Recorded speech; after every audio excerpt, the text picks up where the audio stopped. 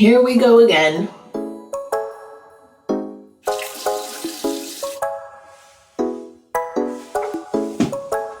Hey sisters, today I'm going to be talking about something that a lot of women with PCOS struggle with, and that's facial hair. That's right, sisters. I've had my fair share of laser treatments, and let me tell you, the hair just kept coming back until I got to the underlying cause of the issue. In this video, I'm going to share with you why this is happening and what we can do about it. Have you heard of the word hyperandrogenism? It's pretty common with PCOS, and the symptoms are facial hair, cystic acne, and hair loss. Hyperandrogenism means your body is producing an elevated level of male hormones. The symptoms are not very fun, but before you spend all your money on treatments, lasers, creams, and lotions, let's talk about the root cause. If you haven't already taken the quiz to find out what your PCOS type might be, I suggest you get started with that to help you take the right steps in managing PCOS. Most of the PCOS types can lead to hyperandrogenism and symptoms like facial hair, which we'll be talking about in this video. First, let me paint the picture of a sister who might struggle with hyperandrogenism. When I did one-on-one coaching back in the day, I had a patient who had PCOS. She had a crazy busy lifestyle. There was no room in her day to even sit down and have lunch. She would get up really early, get her day started with an intense workout like CrossFit. She was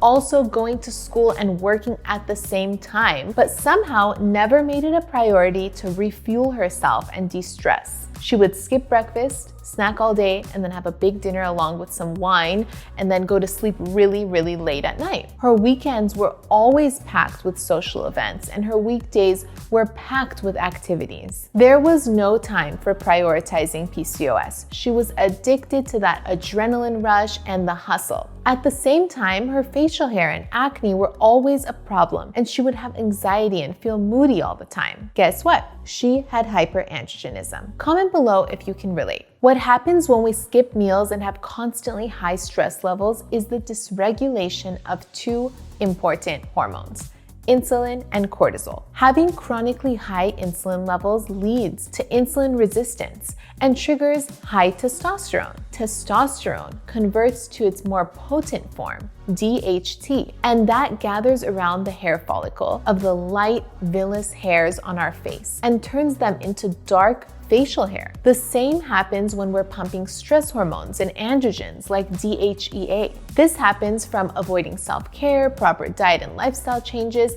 and it can be genetic. Even though there are thousands of treatments available out there for facial hair and symptoms of hyperandrogenism, it's hard to keep the hair from growing back if you're not changing your lifestyle and treating the root cause of the hyperandrogenism and PCOS. That's why this can be very frustrating. There's no quick fix, but here are some tips I have to help you naturally treat it. Number 1, swap your coffee for decaf green tea or spearmint tea. Studies show that these teas can help with reducing testosterone. They help increase a hormone called sex hormone binding globulin, which picks up excess testosterone like a sponge and cleans it up out of your bloodstream. There are superfoods like flax seeds that can also do this. Number 2, start incorporating more pumpkin seeds into your diet. I like to have them in any salad that I make. Pumpkin seeds contain something called beta-sitosterol, which is a natural DHT blocker. Now remember,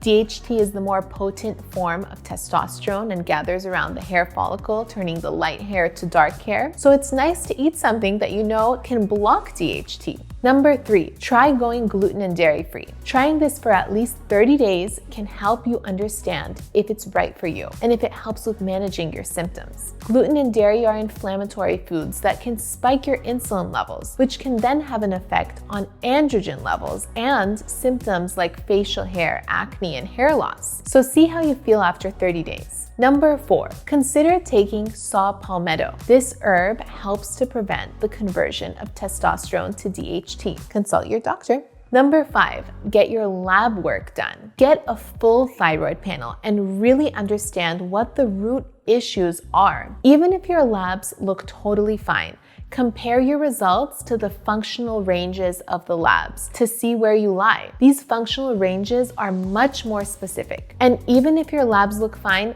don't just brush it aside. Do some further investigation. If you're looking for a lab kit, I have a great one that is helpful in finding the root causes of your PCOS, and I'll link it in the description. Now, if you've got a hold of your natural routine and you've made changes that are making you feel like your hyperandrogenism is under control, you can layer on some treatments, like laser, to get rid of the facial hair that you do have from before. There's no shame in treating unwanted symptoms like acne or hair growth. You'll need to have some form of an intervention to remove the facial hair, even if you're doing good with the natural treatments. That may be plucking, sugaring, or laser hair removal, or electrolysis. I personally like to use treatments to improve my skin and hair, like laser hair removal, laser facials, and facial extractions. Laser hair removal is relatively new technology, so I've tried that. Many sisters have also tried electrolysis, a popular way to remove hair, but I haven't tried it myself. I've actually read that electrolysis seems to work best. With electrolysis, you don't need maintenance treatments like you may need with laser. But if your hormones are out of whack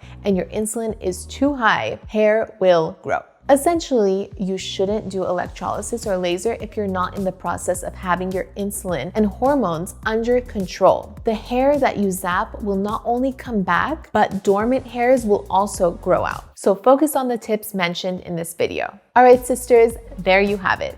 There are my tips on how to manage facial hair when it comes to PCOS. I hope you understand your symptoms a little bit better and feel more empowered to take control of your body. Don't forget to click the subscribe button and give this video a like, comment, and share.